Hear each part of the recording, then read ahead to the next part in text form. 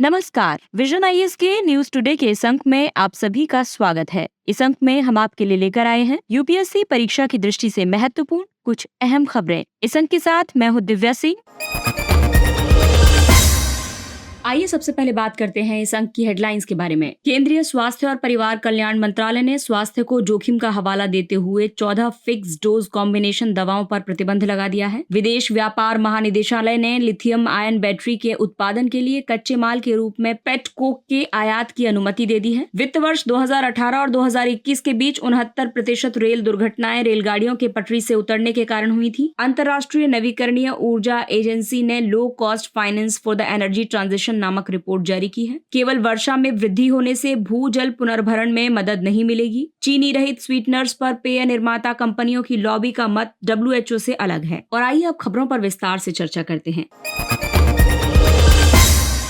केंद्रीय स्वास्थ्य और परिवार कल्याण मंत्रालय ने स्वास्थ्य को जोखिम का हवाला देते हुए 14 फिक्स डोज कॉम्बिनेशन दवाओं पर प्रतिबंध लगा दिया है। फिक्स डोज कॉम्बिनेशन पर प्रतिबंध एक विशेषज्ञ समिति की सिफारिशों के बाद औषधि और प्रसाधन सामग्री अधिनियम 1940 के तहत लगाया गया। इस समिति की रिपोर्ट के मुताबिक निर्दिष्ट 14 FDCs का कोई चिकित्सकीय औचित्य नहीं रह गया है। साथ ही इनकी खुराक मनुष्यों के समक्ष खतरा पैदा कर सकती है। वर्ष 2016 में भी सरकार ने 344 ड्रग कॉम्बिनेशन पर प्रतिबंध लगाया था। तब सरकार की ओर से ये कहा गया था कि इन दवाओं को बिना किसी वैज्ञानिक डेटा या प्रूफ के बेचा जा रहा था। हालांकि इनमें से 15 दवाओं के निर्माताओं ने सरकार के फैसले को चुनौती दी थी। वर्तमान में जिन 14 FDCs पर प्रतिबंध लगाया गया है वे इन 344 ड्रग कॉम्बिनेशन का हिस्सा हैं। FDC यानी कि फिक्स डोज कॉम्बिनेशन ऐसी दवाएं होती हैं जिनमें एक निश्चित अनुपात में 2 या 2 से ज्यादा सक्रिय औषध सामग्रियां यानी कि एक्टिव फार्मास्यूटिकल इंग्रेडिएंट्स का संयोजन होता है। FDC यानी कि फिक्स डोज कॉम्बिनेशन दवाओं को एकल दवा यानी सिंगल मेडिसिन के तौर पर एक साथ या एक तैयार दवा के रूप में लिया जा सकता है। फिक्स डोज कॉम्बिनेशन चिकित्सकीय उत्पादों का महत्व इसलिए भी है क्योंकि 2 चिकित्सीय उत्पादों को एक साथ दिए जाने से अतिरिक्त प्रभाव का लाभ मिलता है। HIV, मलेरिया और TB जैसे संक्रामक रोगों के उपचार में FDC प्रभावी सिद्ध होती है। इसका कारण ये है कि इन बीमारियों के इलाज के लिए एक साथ कई रोगाणुरोधी दवाओं की खुराक लेनी पड़ती है। अलग अलग दवाओं की तुलना में एकल फिक्स डोज कॉम्बिनेशन के रूप में दवाओं के और भी कई लाभ हैं, जैसे कि दवा की प्रभावकारिता में वृद्धि होती है, प्रतिकूल प्रभावों की घटनाओं में कमी आती है, लागत में कमी आती है और वितरण के लिए लॉजिस्टिक प्रबंधन भी आसान हो जाता है। मरीजों द्वारा चिकित्सकीय सलाह के अनुपालन में सुधार होता है। साथ ही रोगाणुरोधी दवाओं के उपयोग के कुछ मामलों में मरीजों में दवा की प्रतिरोधकता का कम विकास होता है।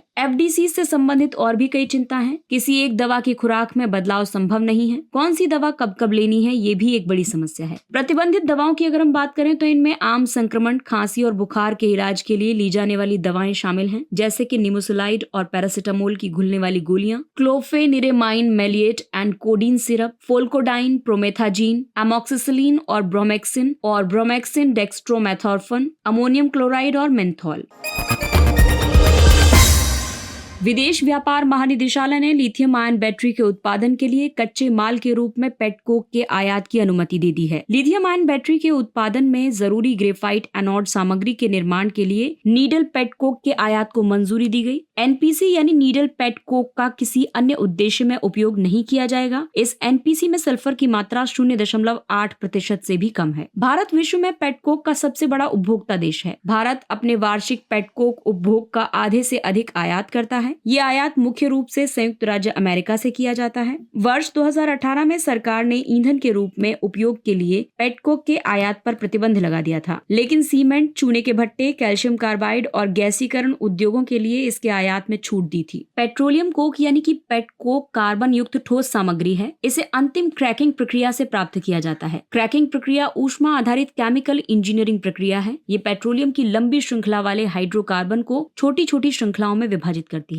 पेट कोक की श्रेणियों की अगर हम बात करें तो ग्रीन कोक है। ये उच्च नमी वाला होता है और इसमें वाष्पशील पदार्थ होता है। इसके अलावा कैल्साइंड कोक, जिसमें ग्रीन कोक की तुलना में उच्च कार्बन सामग्री होती है। पेट कोक के प्रकारों की अगर हम बात करें तो NPC, honeycomb Coke, sponge Coke और शॉर्ट कोक है। पेट कोक का उपयोग सीमेंट, गैसीकरण, बॉयलर आदि में कच्चे माल या ईंधन के रूप में किया जाता है। इसका कार्बन स्रोत electrode, synthetic graphite, silicon carbide, TiO2 pigment, carbon raiser की तरह उपयोग किया जाता है। कोयला कोयले की तुलना में पेट कोक के कई लाभ भी हैं। इसका उच्चतर कैलोरी मान होता है। कोयले के 3500 से 4500 किलो कैलोरी प्रति किलोग्राम की तुलना में पेट कोक का कैलोरी मान 7800 किलो कैलोरी प्रति किलोग्राम होता है। पेट कोक हाइड्रोफोबिक होता है, जबकि कोयला हाइड्रोफिलिक होता है। इसका मतलब है कि पेट कोक वर्षा के मौसम में नमी नहीं पकड़ता और इसके विपरीत कोयला नम हो जाता है। पेट कोक कम वाष्पशील पदार्थ है, ऐसे में इसके वाष्प बनकर नुकसान होने की संभावना कम हो जाती है और इसके जलने के बाद राख की मात्रा भी कम उत्पन्न होती है। हालांकि पेट कोक के उपयोग से कई समस्याएं भी उत्पन्न होती हैं, जैसे कि इसमें 80% से अधिक कार्बन होता है। ये प्रति यूनिट ऊर्जा आधार पर कोयले की तुलना में 5 से 10% अधिक CO2 का उत्सर्जन करता है। इसके दहन से पारा, आर्सेनिक, क्रोमियम और निकेल जैसी भारी धातुओं के साथ साथ सल्फर एवं हाइड्रोजन क्लोराइड सहित अन्य जहरीली गैसें भी वातावरण में पहुंचती हैं। वित्त वर्ष 2018 और 2021 के बीच 69% रेल दुर्घटनाएं रेलगाड़ियों के पटरी से उतरने की वजह से हुई थी। ये निष्कर्ष भारत के नियंत्रक एवं महालेखा परीक्षक द्वारा भारतीय रेलवे में ट्रेनों के पटरी से उतरने की घटनाएं शीर्षक से जारी रिपोर्ट पर आधारित है। इस रिपोर्ट में अन्य तथ्यों को भी रेखांकित किया गया। रेलगाड़ियों के पटरी से उतरने के लिए जिम्मेदार प्रमुख कारक पटरियों के रखरखाव में कमी है। इसके बाद पटरियों के लिए निर्धारित मापदंडों में अनुमत सीमा से ज्यादा विचलन उत्तरदायी है। पटरियों के नवीनीकरण के लिए निर्धारित लक्ष्य जमीनी स्तर पर वास्तविक आवश्यकता के अनुरूप नहीं थे। ओडिशा ट्रेन दुर्घटना के बाद रेलवे सुरक्षा का मुद्दा और इसके समाधान में प्रौद्योगिकी की भूमिका चर्चा का विषय बन गया है। ऐसा माना जाता है कि ओडिशा ट्रेन दुर्घटना इलेक्ट्रॉनिक इंटरलॉकिंग प्रणाली में बदलाव के कारण हुई थी। EI प्रणाली प्रोसेसर आधारित एक प्रणाली है। ये रेलवे सिग्नलिंग का एक अभिन्न अंग है। इसके माध्यम से यार्ड में रेल परिवहन को नियंत्रित किया जाता है ताकि नियंत्रित क्षेत्र में रेलगाड़ियों की सुरक्षित आवाजाही सुनिश्चित हो सके। भारतीय रेलवे द्वारा रेल परिवहन सुरक्षा में सुधार के लिए भी कई कदम उठाए गए हैं, जैसे कि राष्ट्रीय रेल संरक्षा कोष नामक रेलवे सुरक्षा कोष का गठन किया गया है। नागर विमानन मंत्रालय के तहत रेलवे संरक्षा आयोग का गठन किया गया है। ये रेल परिचालन की सुरक्षा से संबंधित मुद्दों पर कार्य करता है। रेलगाड़ियों में लिंक, हॉफमैन, बुश प्रकार के कोच लगाए जा रहे हैं, क्योंकि इंटीग्रल कोच फैक्ट्री के कोचों के पटरी से उतरने का खतरा ज्यादा होता था। चलती रेलगाड़ियों की सुरक्षा बढ़ाने के लिए कवच नामक स्वचालित ट्रेन सुरक्षा प्रणाली लगाई जा रही है। कवच रेल मंत्रालय के अनुसंधान, अभिकल्प और मानक संगठन RDSO ने विकसित किया है। कवच की मुख्य विशेषताओं की अगर हम बात करें तो ये लोको पायलट को खतरे और ओवर स्पीड की स्थिति में सिग्नल की अनदेखी करने से बचाने में मदद करता है। यदि लोको पायलट ब्रेक लगाने में विफल रहता है, तब कवच स्वचालित ब्रेक लगाकर रेलगाड़ी की गति को नियंत्रित करता है। ये खराब मौसम जैसे घने कोहरे की स्थिति में भी रेलगाड़ियों का परिचालन जारी रखता है। ये लोको पायलट के मध्य सीधे संचार के माध्यम से रेलगाड़ियों की टक्कर को रोकता है। ये किसी भी दुर्घटना की स्थिति में SOS यानी आपात संदेश की सुविधा प्रदान करता है।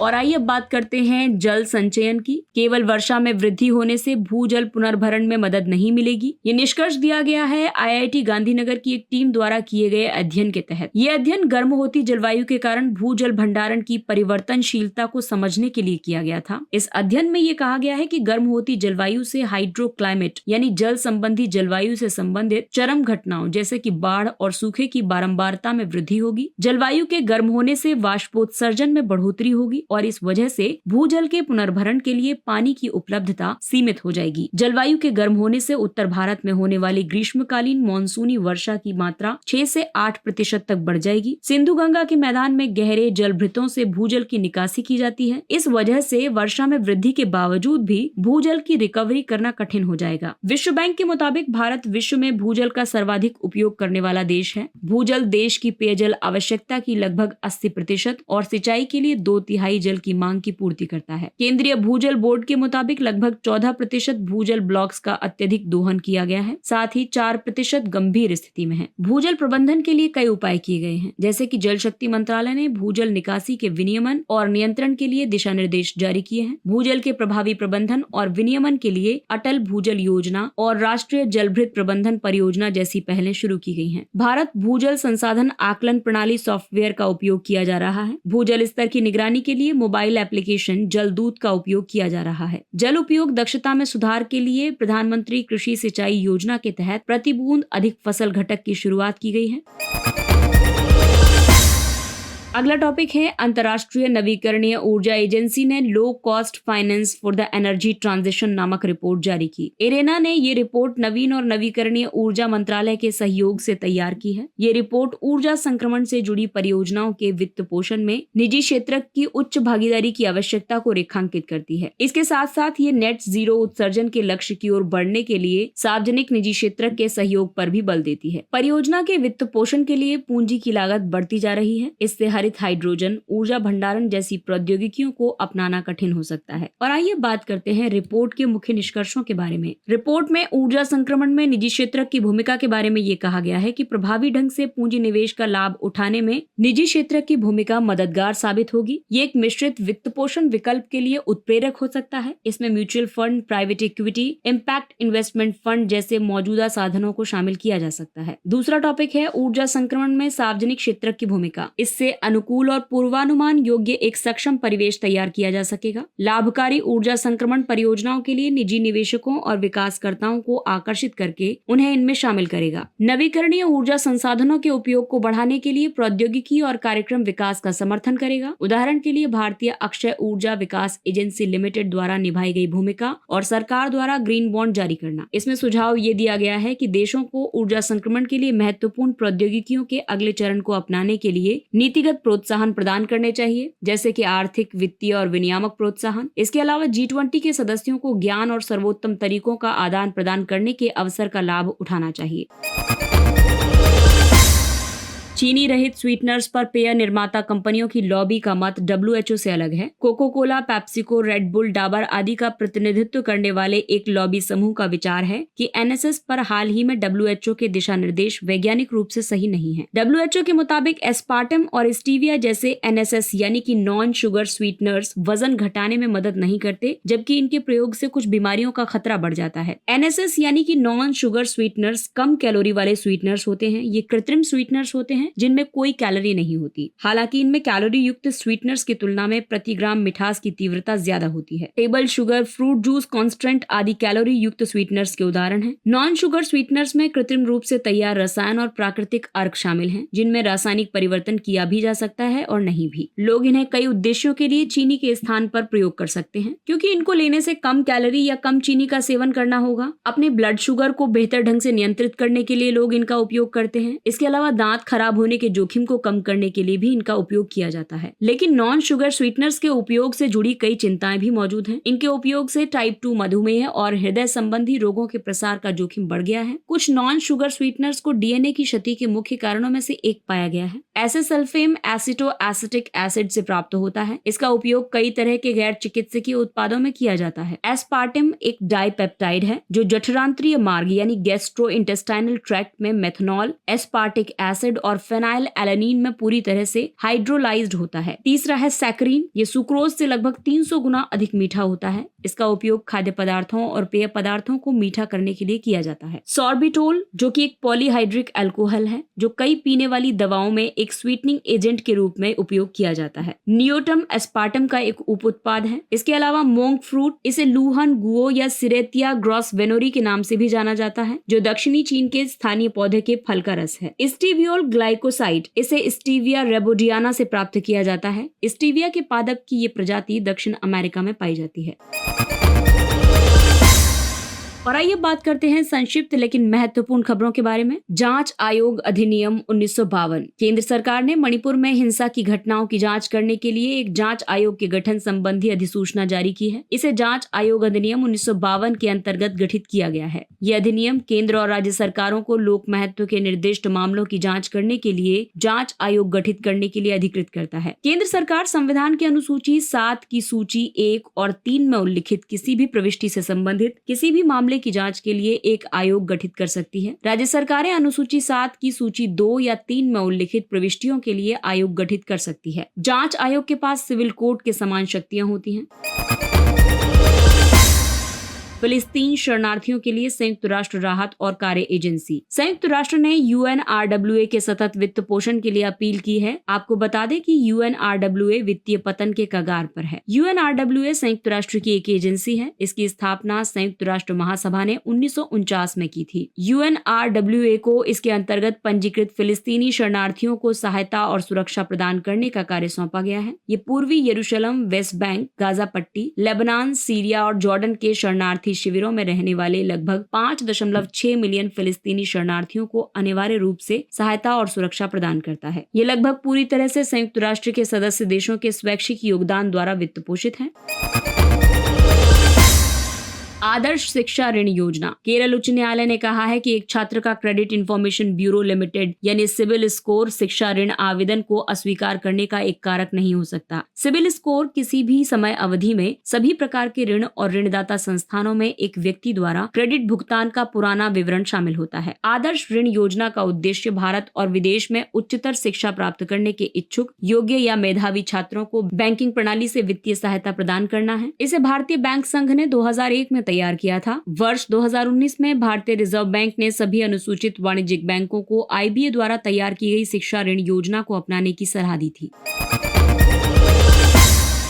वैज्ञानिक तथा औद्योगिक अनुसंधान परिषद का अरोमा मिशन CSIR का Indian institute of integrative medicine CSIR aroma mission के तहत जम्मू कश्मीर के डोडा जिले के भद्रवाह में लेवेंडर की खेती में किसानों की सहायता कर रहा है। अरोमा मिशन सुगंध युक्त तेलों के लिए सुगंधित फसलों की खेती को बढ़ावा देगा। सुगंधित पदार्थों से जुड़े उद्योग में इन तेलों की बहुत मांग है। ये मिशन ऐसे उद्योग और ग्रामीण रोजगार के विकास को बढ़ावा देगा। इस मिशन के तहत जम्मू कश्मीर के समशीतोष्ण क्षेत्रों में लेवेंडर की खेती को बढ़ावा दिया जा रहा है। इस परियोजना का उद्देश्य लघु और सीमांत किसानों की आय में वृद्धि करना, साथ ही कृषि आधारित स्टार्टअप्स विकसित करना है।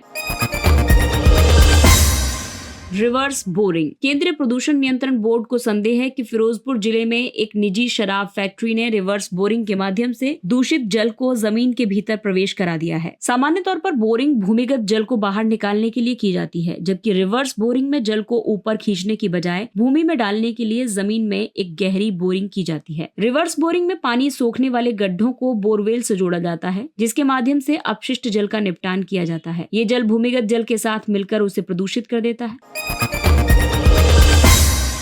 अगला टॉपिक है ऊहल नदी। ऊहल नदी पर स्थित शानन विद्युत परियोजना के स्वामित्व को लेकर हिमाचल प्रदेश और पंजाब के बीच विवाद आरंभ होने की आशंका है। मंडी के तत्कालीन शासक राजा जोगिंदर सिंह बहादुर ने इस परियोजना का स्वामित्व पंजाब को 99 वर्षों के पट्टे पर दिया था। मार्च 2024 में इस पट्टे की अवधि समाप्त होने वाली है। ये परियोजना हिमाचल प्रदेश के जोगिंदर नगर यानी मंडी में बरोड घाटी में स्थित है। ऊहल नदी थमसर ग्लेशियर से निकलती है। ये ग्लेशियर धौलाधार पर्वत श्रेणी में स्थित है। ये नदी ऊहल घाटी से होकर बहती है। ये चौहार घाटी के रूप में भी प्रसिद्ध है। ऊहल नदी ब्यास नदी का जल बेसिन है। चौहार घाटी को पार करने के बाद ऊहल नदी ब्यास नदी में मिल जाती है। वैश्विक टीका अनुसंधान सहयोग। केंद्रीय स्वास्थ्य मंत्री ने GVRC परिचर्चा को संबोधित किया। भारत सरकार प्रस्तावित GVRC के लिए G20 के सदस्य देशों और अन्य देशों के बीच आम सहमति बनाने के प्रयास कर रही है। औषध विभाग इस पहल के लिए मिलकर कार्य कर रहा है। गैर लाभकारी program for appropriate technology in health और coalition for epidemic preparedness innovation, ये पहले कई विषयों पर ध्यान केंद्रित करेंगी, जैसे कि टीका अनुसंधान और विकास के समक्ष मौजूद बड़ी कमियों को दूर करेंगी, महामारी की स्थिति में बेहतर तैयारी के लिए एक संरचना और सिद्धांत स्थापित करेंगी, टीका अनुसंधान एवं विकास के लिए समन्वय में सुधार करना और एक अनुकूल प्रणाली को बढ़ावा देना शामिल है।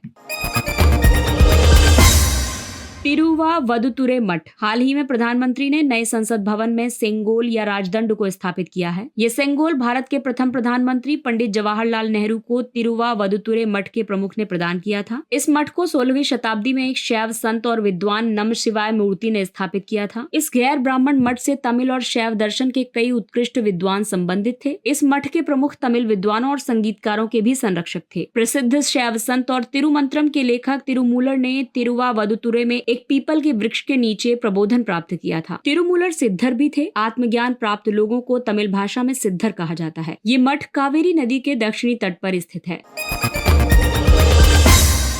और आइए बात करते हैं सुर्खियों में रहे स्थल के बारे में। कोमोरोस, जिसकी राजधानी है मोरोनी। हाल ही में INS त्रिशूल ने कोमोरोस के बंदरगाह अंजोन का दौरा किया। ये दौरा भारतीय नौसेना की लंबी दूरी की तैनाती के एक भाग के रूप में था। कोमोरोस हिंद महासागर के मोजाम्बिक चैनल के उत्तरी छोर पर स्थित द्वीपों का एक समूह है। ये द्वीप मेडागास्कर और दक्षिण पूर्वी अफ्रीका मुख्य भूमि के बीच स्थित है। उत्तर पश्चिम से दक्षिण पूर्व तक स्थित द्वीपों में ग्रांडे कोमोर, मोहेली, अंजोन और मेओट शामिल हैं। कोमोरोस द्वीप समूह के 3 द्वीप पूर्वी अफ्रीका के तट से दूर हिंद महासागर में स्थित हैं। चौथे द्वीप मेओट पर कोमोरोस दावा करता है, लेकिन ये फ्रांस द्वारा प्रशासित है। कोमोरोस की भौगोलिक विशेषताओं की अगर हम बात करें तो इन द्वीपों का उदय ज्वालामुखीय गतिविधि की वजह से हिंद महासागर के नीतल से हुआ है। ग्रांडे कोमोर सबसे बड़ा और सबसे ऊंचा द्वीप है। मोहेली समूह का सबसे छोटा द्वीप है। इसके साथ ही ये अंक समाप्त होता है। अगले अंक में फिर मुलाकात होगी कुछ अन्य महत्वपूर्ण खबरों के साथ। तब तक अपने लक्ष्य के लिए तत्पर रहिए और अगर आपको हमारा कंटेंट अच्छा लगता है तो इसे लाइक, सब्सक्राइब और शेयर जरूर करें। और अब हमें यानी विजन IAS की पूरी टीम को दीजिए इजाजत। नमस्कार।